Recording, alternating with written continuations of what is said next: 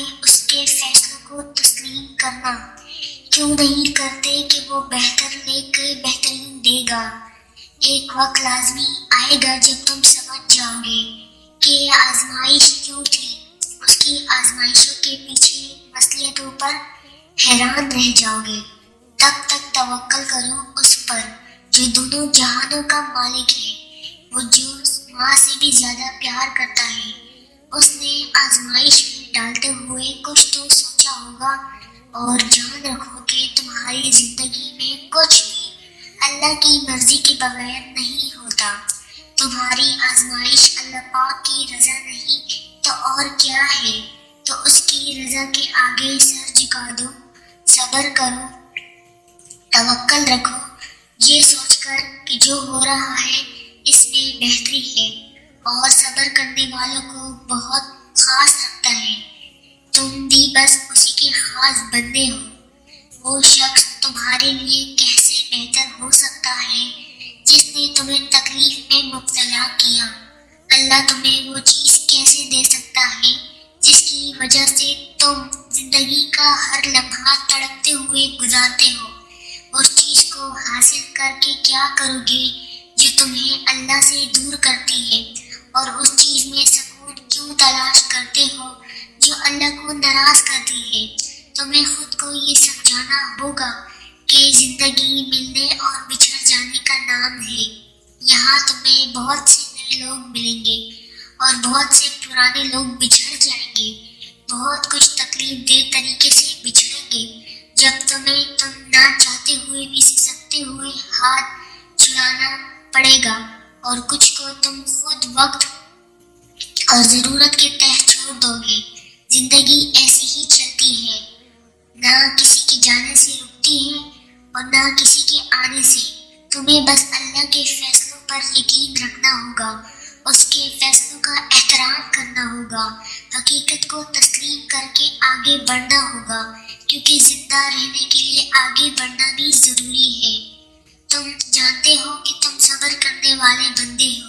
تمہارے حصے کا آسمان یقیناً تمہارا منتظر ہے، جس پر اللہ تمہاری دعاؤں سے ان کے تمام رنگوں کو بکھیرے گا، اور کچھ یوں کوزے قزا سجائے گا جس کی خسار میں آتے ہی تم ماضی کے تمام تلخیوں کو ہی بھولتے ہوئے اللہ سے کہنے لگو گے، یا اللہ، یہ تو بالکل وہی اجر ہے جس کے لیے میں صبر کیا تھا. پھر تم حیران رہ جاؤ گے اپنی زندگی میں آنے والے موضوع پر.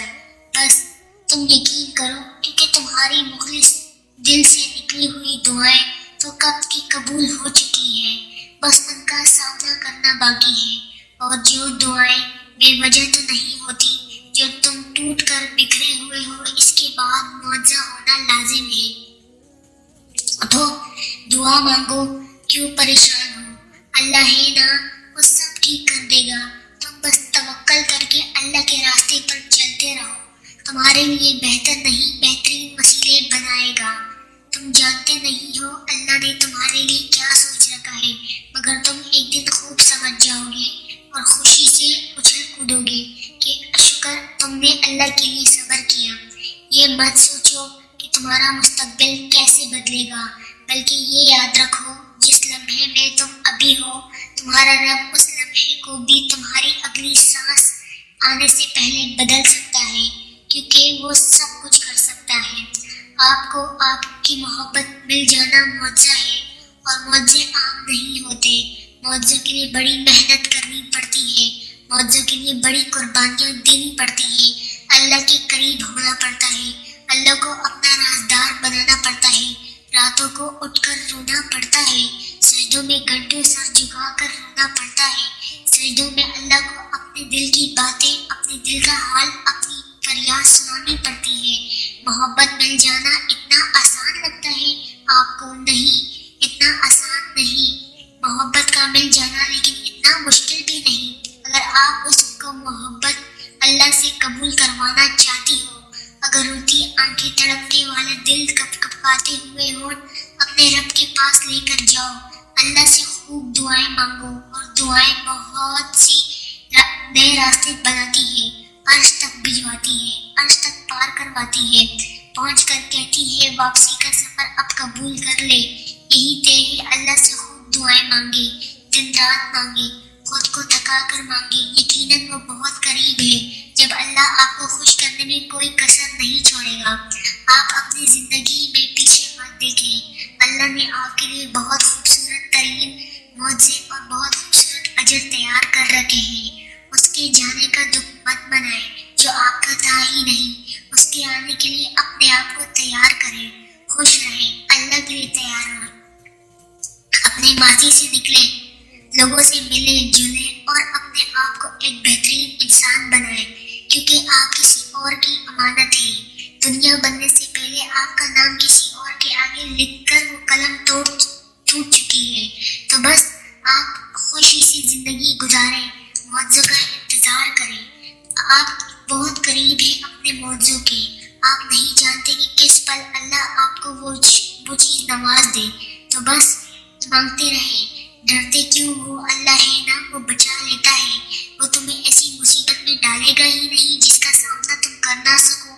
اگر کسی مشکل میں ڈالتا ہے تو دراصل وہ تمہیں اس کے ذریعے بہت کچھ سکھا رہا ہوتا ہے، اور یاد رکھو وہ ہمیشہ تمہارے ساتھ ہے جہاں کہیں بھی ہو تم بس بے فکر ہو جاؤ اور زندگی کو اپنی مرضی سے گزارو، کسی کے جانے کا دکھ نہ مناؤ، آنے کی خوشی ضرور مناؤ، کیونکہ تمہارے لیے اللہ تعالیٰ نے بہت خوبصورت چیزیں تیار رکھی ہے۔ وہ معجزے جن کے انتظار میں تم ہو، وہ تو تم سے بھی زیادہ بےتابی سے تمہارے انتظار میں ہیں، راستے بنا دیے گئے ہیں، تمہاری تمام دعائیں سن لی گئی ہیں، صبر کا سنہرا صلہ لکھا جا چکا ہے، تمہارے آنسو کی تمام تر گنتی کو یاد کرتے ہوئے بس آپ اپنے لیے دعائیں کریں اور نماز پڑھیں، تہجد پڑھیں، کچھ مصنوعی دعائیں شامل کریں۔ اگر آپ اپنے لیے ایک بہترین ہم سفر چاہتی ہیں تو آپ اپنی دعاؤں میں کچھ اس طرح کے ذکر بھی شامل کریں۔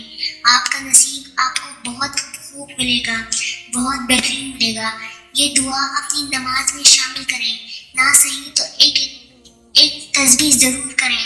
آپ اپنی قسمت پہ رشک کریں گے، کیونکہ آپ کے لیے اللہ تعالیٰ نے بہت زیادہ خوبصورت انسان لکھا ہے۔